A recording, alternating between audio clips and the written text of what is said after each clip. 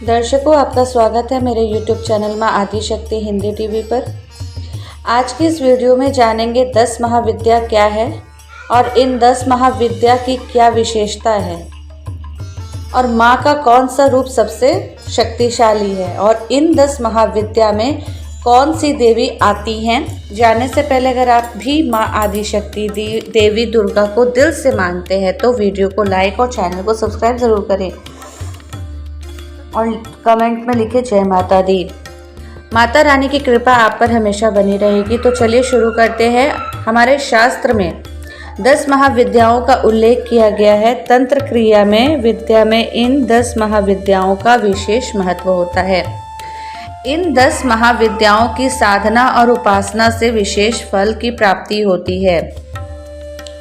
ये महाविद्याओं को 10 अवतार माना गया है। 10 महाविद्याएं माँ दुर्गा के ही रूप है जिसे सिद्धि देने वाली मानी जाती हैं। माँ दुर्गा के इन 10 महाविद्याओं की साधना करने वाला व्यक्ति सभी भौतिक सुखों को प्राप्त कर बंधन से भी मुक्त हो जाता है। माँ को प्रसन्न करने के लिए तांत्रिक साधकों द्वारा यह पूजा की जाती है। सभी 10 महाविद्याओं में काली को प्रथम रूप माना जाता है। माता दुर्गा ने राक्षसों का वध करने के लिए माता ने यह रूप धारण किया था। सिद्धि प्राप्त करने के लिए माता के इस रूप की पूजा की जाती है। जिस तरह से भगवान शिव जल्दी प्रसन्न और जल्द रूठने वाले देवता हैं, उसी तरह काली माता का भी स्वभाव वैसा ही है।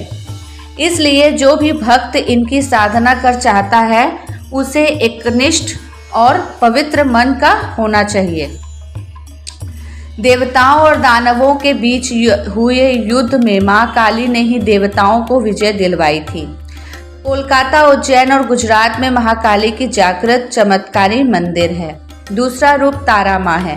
सर्वप्रथम महर्षि वशिष्ठ ने तारा की आराधना की थी। यह तांत्रिकों की मुख्य देवी है।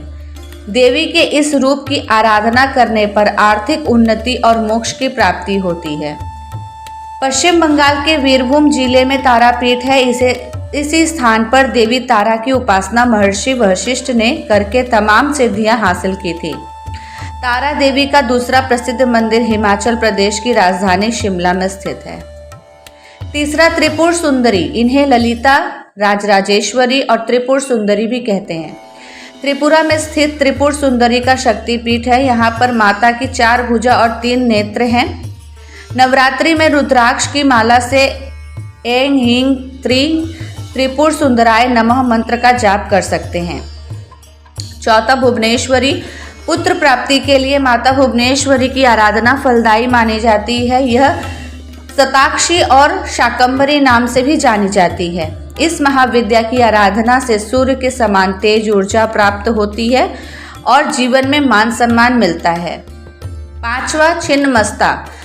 इनका स्वरूप कटा हुआ सिर और बहती हुई रक्त की 3 धाराएं से सुशोभित है। इस महाविद्या की उपासना शांत मन से करने पर शांत स्वरूप और उग्र रूप में उपासना करने पर देवी के उग्र रूप के दर्शन होते हैं। छिन्नमस्तिके का यह मंदिर झारखंड की राजधानी रांची में स्थित है। कामाख्या के बाद यह दूसरा सबसे लोकप्रिय शक्तिपीठ है।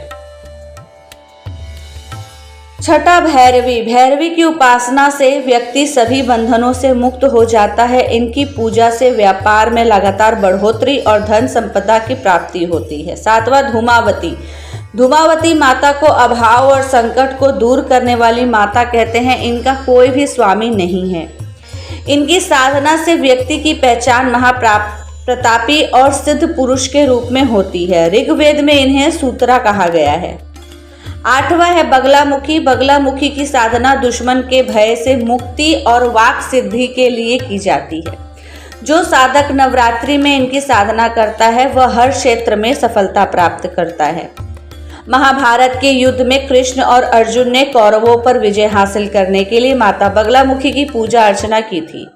भारत में मां बगलामुखी के 3 प्रमुख ऐतिहासिक मंदिर माने गए हैं। 9वां मातंगी। जो भक्त अपने गृहस्थ जीवन को सुखमय और सफल बनाना चाहते हैं उन्हें मां मातंगी की आराधना करनी चाहिए। मतंग भगवान शिव का भी एक नाम है जो भक्त मातंगी महाविद्या की सिद्धि प्राप्त करता है। वह अपने खेल, कला और संगीत के कौशल से दुनिया को अपने वश में कर लेता है। 10वां, कमला। माँ कमला की साधना समृद्धि, धन, नारी पुत्र की प्राप्ति के लिए की जाती है। इनकी साधना से व्यक्ति धनवान और महाविद्यावान हो जाता है। वीडियो को अंत तक देखने के लिए धन्यवाद। माता रानी की कृपा आप पर सदा ही बनी रहे।